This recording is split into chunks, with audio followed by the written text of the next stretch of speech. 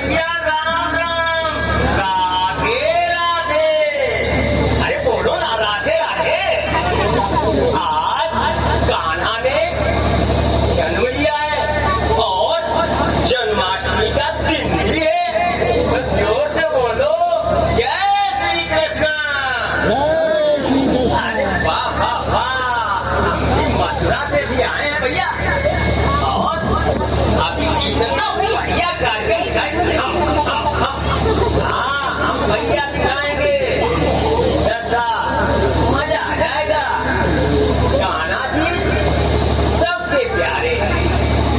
अरे तो भैया ये तो हम भूल गए, हमारे अतिथि लोग। हाँ अतिथि लोग आए हैं। कौन से? अरे भाई ये है अतिथि माननीय अभिषेक साथी। इनका स्वागत है। बोलो जय श्री कृष्ण, जय श्री कृष्ण। और ये कार्यक्रम है चंदे कन्हैया बाजे बधैया। अरे बाबा तालियां भैया, तालियां भैया, तालियां भैया, क्या गया? तो हमारे कलाकार सब तैयार हैं, आनंद आ जाएगा। उनको ले चलते हैं वहीं द्वापर युग में। हाँ भैया, द्वापर युग में ले चलते हैं। तो दिया गया था, लेकिन नहीं तो आपको फोन करेंगे, अभी तो आपका नंबर दे देते, आपसे बात करेंगे, तब उनको सब समझा दीजिए ना। मैं यहाँ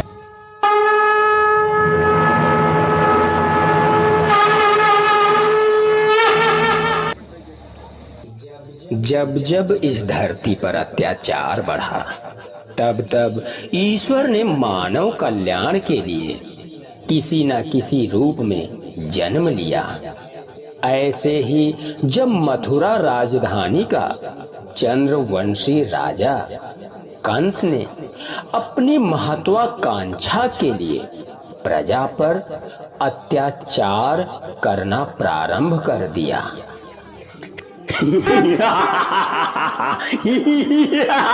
मारो मारो, बचाओ बचाओ मुझे, अरे मुझे बचाओ।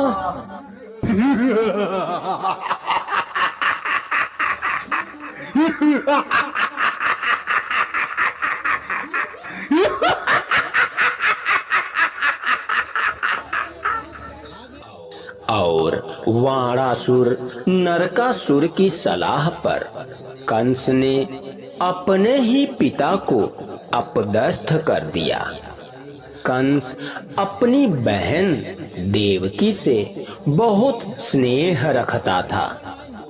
उसने अपनी बहन की विवाह सामंत चंद्रवंशी क्षत्रिय वसुदेव के साथ तय कर दिया।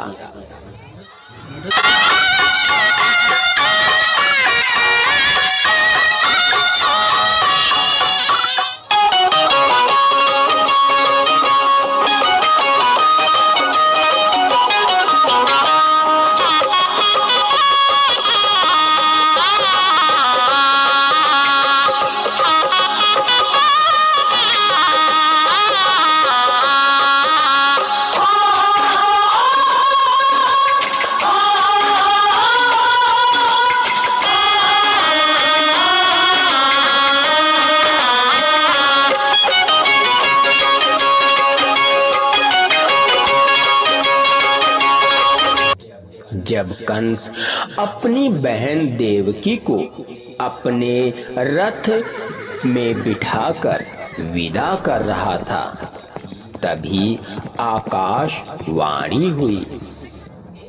हे कंस, तूने बहुत अत्याचार कर लिए, अब तेरा अंत है। जिस देवकी को तू खुशी खुशी विदा कर रहा है, उसी का 8वां पुत्र तुम्हारी मृत्यु का कारण बनेगा।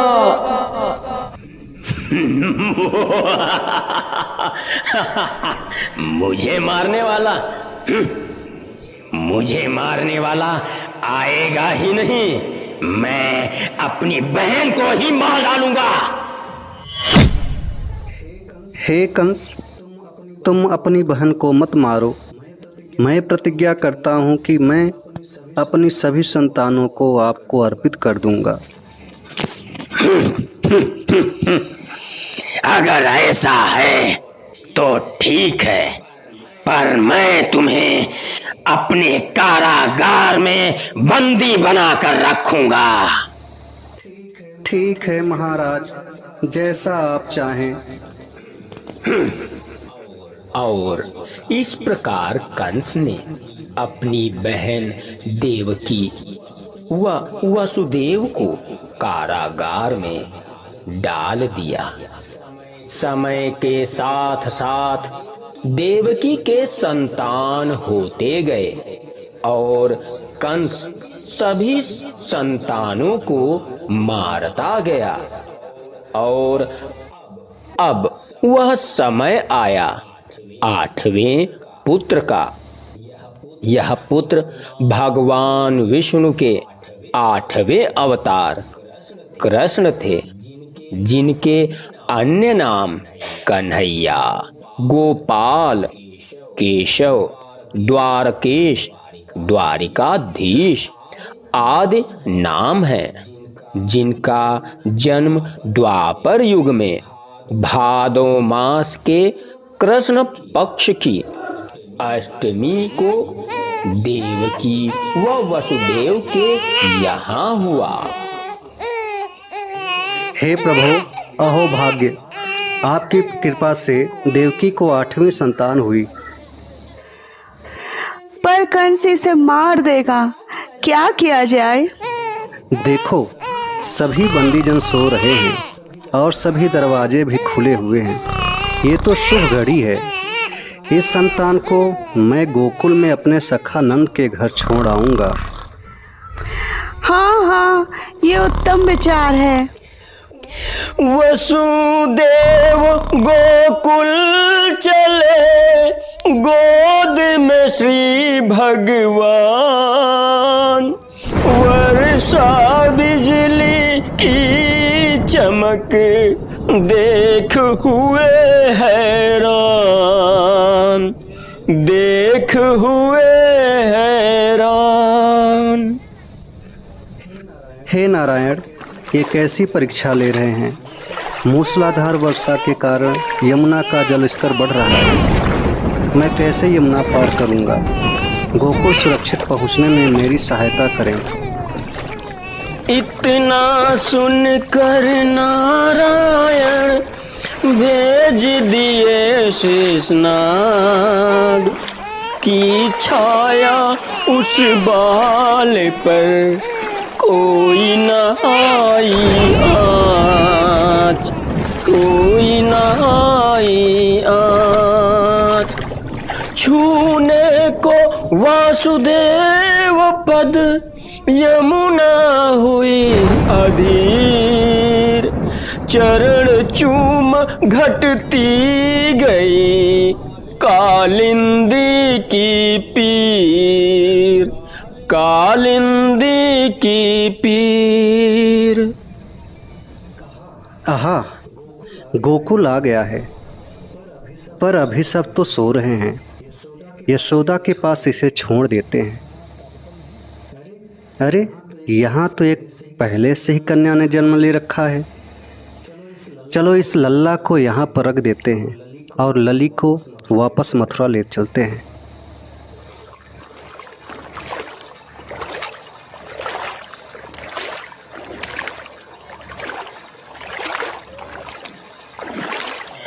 और इस प्रकार वसुदेव ने कृष्ण को सुरक्षित गोकुल को पहुंचा दिया। उसके बाद मथुरा के कारागार में पहले जैसा दृश्य हो गया। यहाँ की बात यही छोड़ देते हैं। चलो वहाँ चलते हैं जहाँ कान्हा जी के जन्म पर खुशियाँ मनाई जा रही हैं। हाँ हाँ, गोकुल में नंद व यशोदा के घर।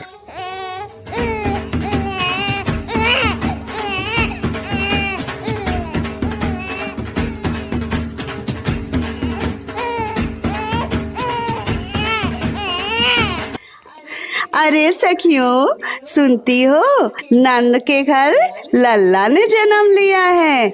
चलो चलो नंद के घर चलो।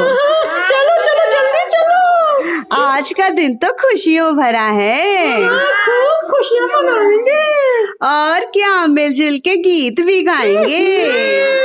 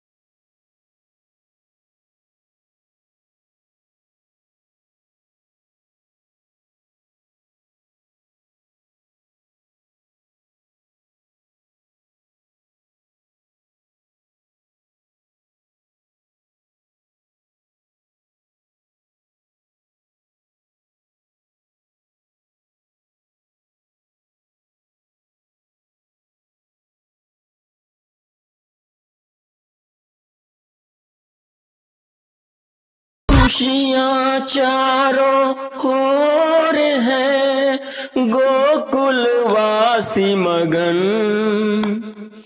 कृष्ण जन्म से अब होगा नए भारत का सृजन, नए भारत का सृजन। धीरे धीरे समय बीतता है और श्याम कन्हैया कुछ बड़े होते हैं। और अब क्या था, अपनी बाल लीलाएं करना शुरू करते हैं। मैया, ओ मैया, मुझे भूख लगी है, मुझे माखन खाना है।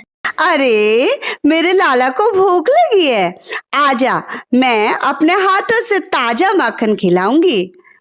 पर ध्यान रहे लल्ला, किसी और के यहाँ मटकी फोड़कर माखन मत खाना।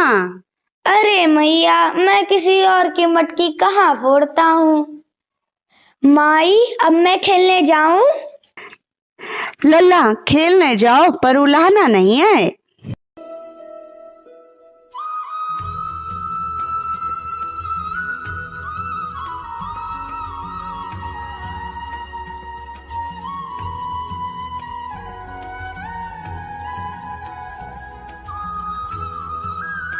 मैंने ये ताजा माखन कान्हा के लिए बनाया है, लेकिन शिकारा बहुत ऊंचा है, इसे नीचे कर देती हूँ ताकि श्याम इसे आसानी से पा सके और माखन खा सके।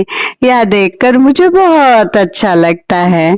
फिर जब उलाहना देती हूँ तो उसकी मीठी मीठी आवाज सुनकर सारे रोग भाग जाते हैं। माखन काना छक सके, देखूं मैं हर्षाय। प्रमुदित मन से गोपिका छीका रही लटकाए, छीका रही लटकाए।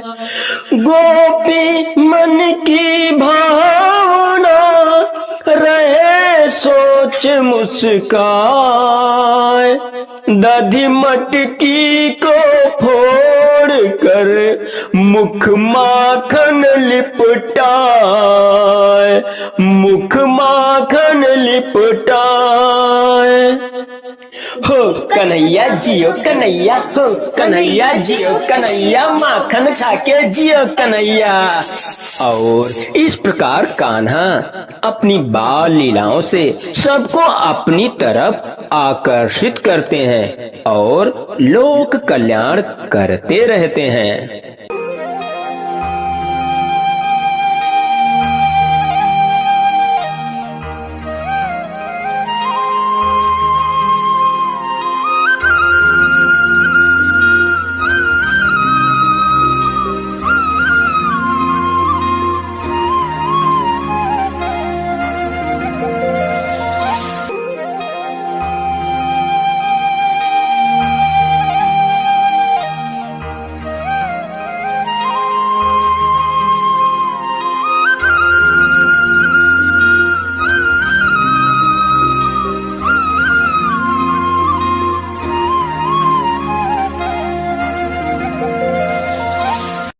ऐसे ही यमुना का पानी जब कोई नहीं पीता था, उसका पानी पीकर कई गाय मर गई थीं, क्योंकि उसमें कालिया नाग रहता था, जिसके विष से यमुना का पानी विषैला हो गया था।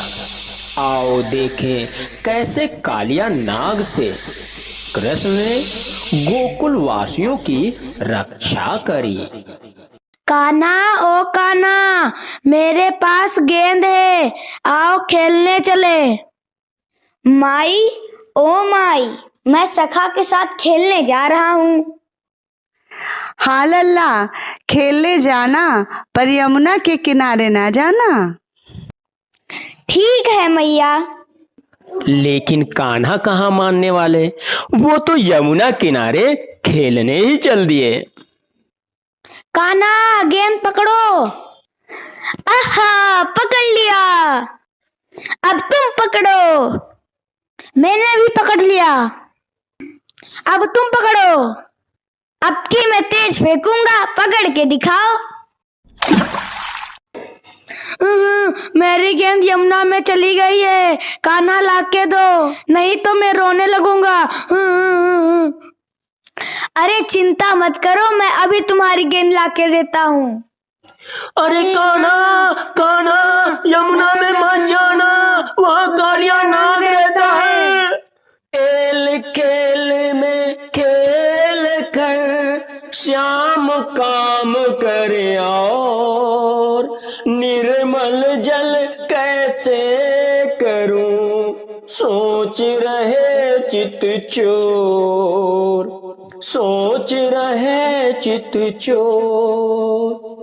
कलुषित मन का कालिया, कालिंदी का व्याल, व्याकुल जल के जीव सब, विष से सभी बेहाल, विष से सभी बेहाल।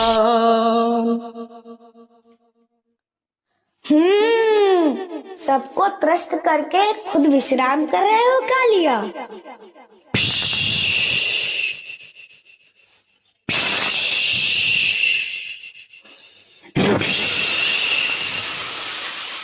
आज तो शिकार मेरे पास ही आ गया। अरे त्रस्त बालक, मेरे भय से यमुना का जल तक विषैला हो गया। कोई मेरे क्षेत्र में मेरे भय से पांव रखने की चेष्टा नहीं करता, और एक तू है जो अपनी मृत्यु के समीप आ गया है। क्या तू भयभीत नहीं है? अरे कालिया, तू मुझे बालक समझ बैठा? मैं तेरा काल हूँ। आज मुझे यमुना और गोकुल वासियों को श्राप मुक्त करना है। आजा, आजा, आजा, आजा, आजा, आजा, आजा। तेरा अंत आ गया है कालिया।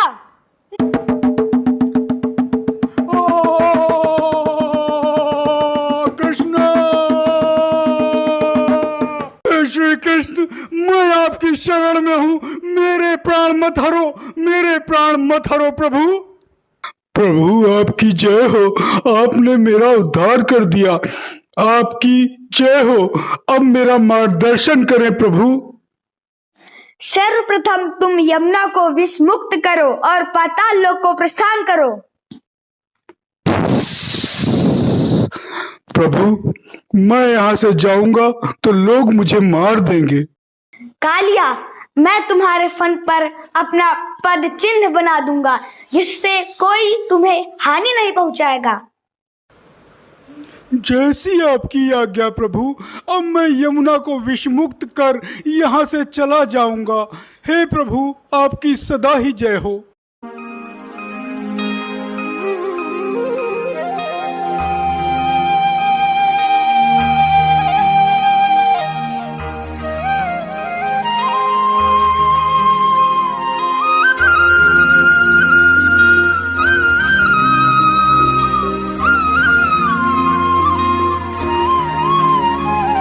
ऐसे ही एक बार जब कृष्ण ने इंद्र का अभिमान तोड़ दिया, हुआ यह जब गोकुलवासी इंद्र की पूजा कर रहे थे, तो कृष्ण को पसंद नहीं आया।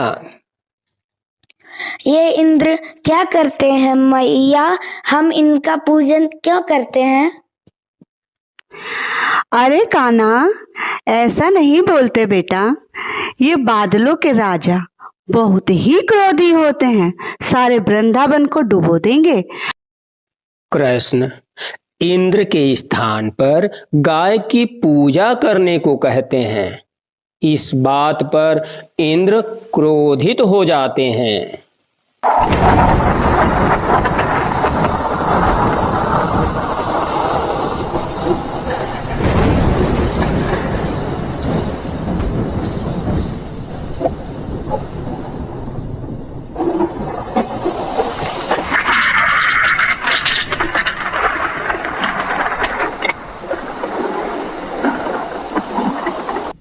है नादान बालक, मेरी पूजा करने में विघ्न डाल रहा है। अभी हम गोकुल वासियों को और पूरे गोकुल को पानी से डुबो देंगे।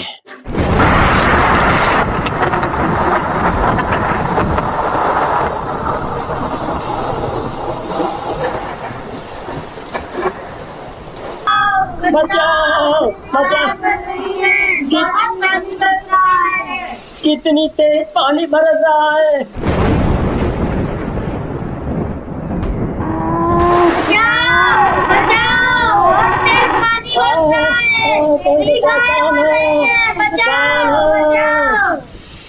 अच्छा, तो इंद्र धृष्टता पर उतर आया है। उसका अहंकार तोड़ते हैं। हे गोवर्धन देवता, हम सब ने आपको अपना इष्ट देव और आराध्य मानकर पूजा की है।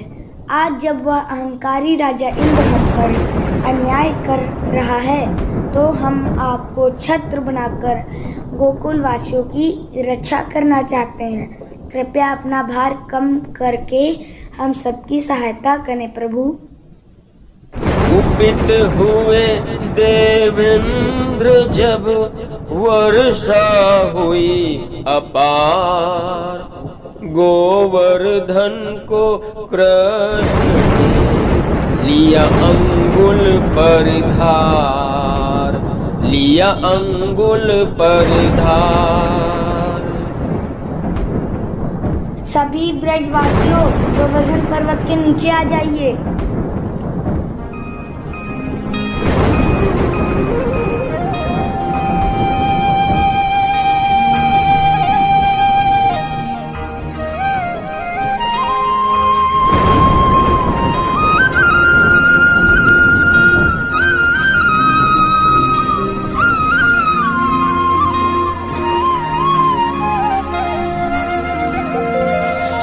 कृष्ण ने इंद्र के प्रकोप से गोकुल वासियों की रक्षा की। तभी अपने कान्हा गिरधारी कहलाए। कान्हा चितचोर अपनी बाल लीलाओं से लोगों के चित्त ही हर लेते थे।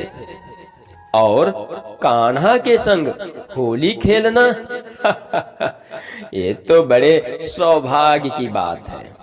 आओ देखते हैं कान्हा के संग होली कैसे खेली जाती है। क्या आप लोग भी कान्हा के संग होली खेलना चाहते हैं? हम तो होली खेलना चाहते हैं। यदि आप भी, तो आइए मेरे साथ।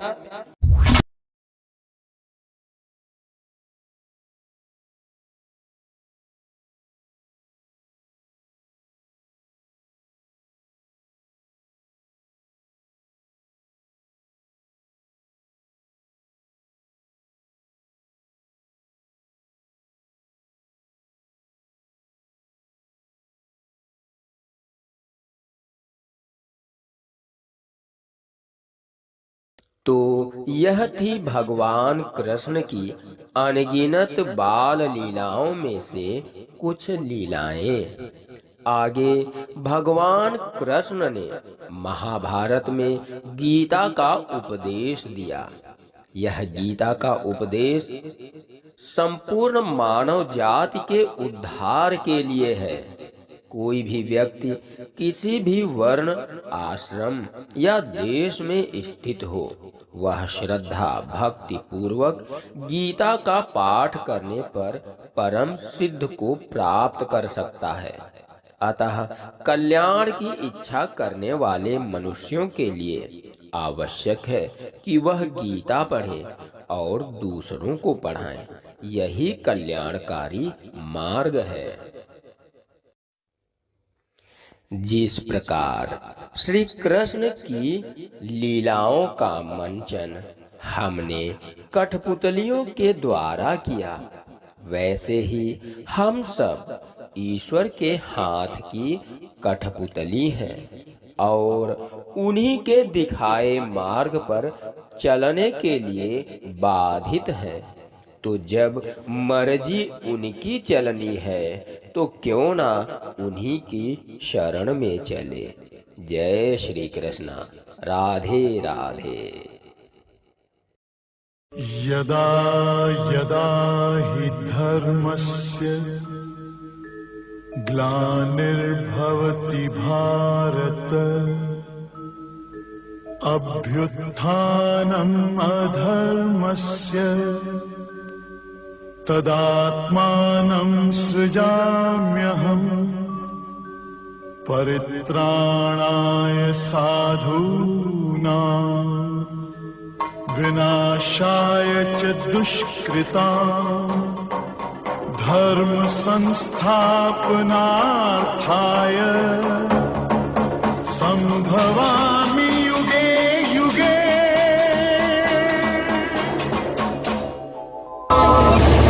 तो परिचय करा दें, ये टीम है और ये श्री बाल गोविंद जी है, शिक्षक है, टीचर है, ठीक है। और बहुत अच्छे बच्चों को पढ़ाई के साथ साथ शिक्षा देते हैं, संस्कार की। इनके स्कूल में हर साल बच्चे का नामांकन बढ़ता है और जो बच्चा आता है निकल के जाता है आपको बहुत याद करता है। तो सर के लिए ताली तो होनी चाहिए। ऐसे आप अच्छे से पढ़ाई भी करेंगे। श्रीमती आकांक्षा शुक्ला, ये जो जान डाली ना, पपेट देख रहे कितना अच्छा कलेवर दिया, साज सज्जा दी है ना, बनाया, ये आपके द्वारा संपन्न हुआ। हम चाहते हैं इसके लिए तो ये दोनों बच्चे सरकारी स्कूल के हैं, सोचिए, ठीक है। हर सरकारी स्कूल से हम बच्चों को लाते हैं, उनको सिखाते हैं। पहले ये अर्चित राठौर है, 15 दिनों से लगातार जुटा हुआ है आपकी सामने ये प्रस्तुति देने के लिए।